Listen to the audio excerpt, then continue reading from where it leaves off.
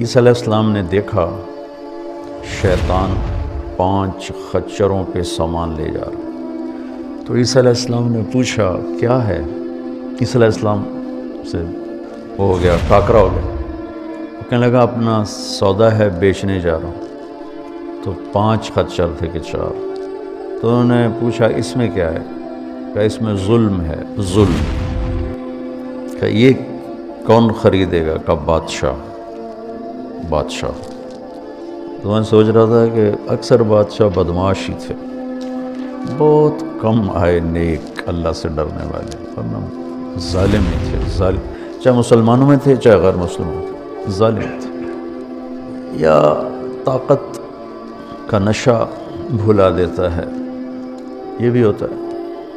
کھوپڑیوں کے مینار صرف چنگیز خان نے نہیں بنوائے، تیمور مسلمان تھا کم بخت، کھوپڑیوں کے مینار بنوا دیتا تھا۔ کہا دوسرے خچر میں کیا ہے؟ کہا اس میں تکبر ہے، تکبر۔ کہ یہ کون لے گا؟ کہا یہ زمیندار لیں گے۔ زمیندار بھوکا بھی ہو تو تکبر اس میں تاجر سے زیادہ ہوتا۔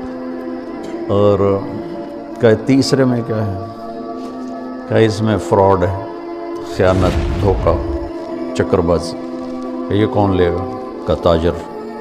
سب فراڈ چل رہا ہے، ہزاروں نہیں لاکھوں میں ایک دیانتدار تاجر ملتا ہے، وہ سب جھوٹ، فراڈ۔ اچھا اس میں کیا ہے؟ کہ اس میں حسد ہے، حسد۔ یہ کون لے گا؟ کہ یہ مولویان، علماء کرام۔ حسد نہ کرنا کسی سے، کیونکہ اللہ جس کو دے رہا ہے نا، تم سے چھین کے نہیں دے رہا، اس کو اپنے خزانوں سے دے رہا۔ بہت لعنتی چیز ہے حسد، بہت لعنتی چیز۔ حاسد نہ بنو، محسود بنو تو پھر کسی کو چڑھاؤ نہیں۔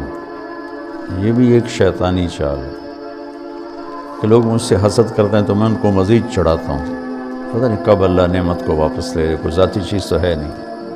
نہ حسد کرو، نہ حسد کرنے والے کو تنگ کرو، زمین پہ بچھ جاؤ، اللہ کوئی چیز دے نا تو لیٹ جاؤ زمین۔ تو اللہ سے مانگو کہ اللہ حسد سے بچائے۔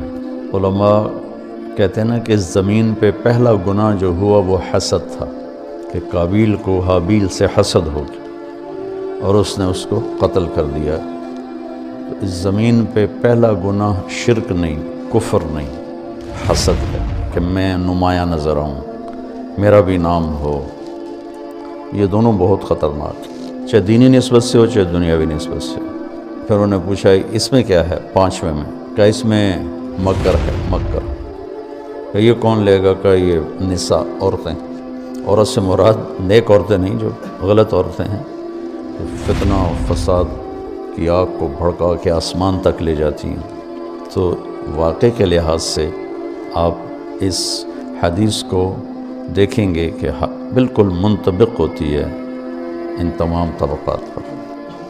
تو اللہ میری تمہاری حفاظت فرمائے، یہ چیز رکاوٹ بن جاتی ہے راہ حق۔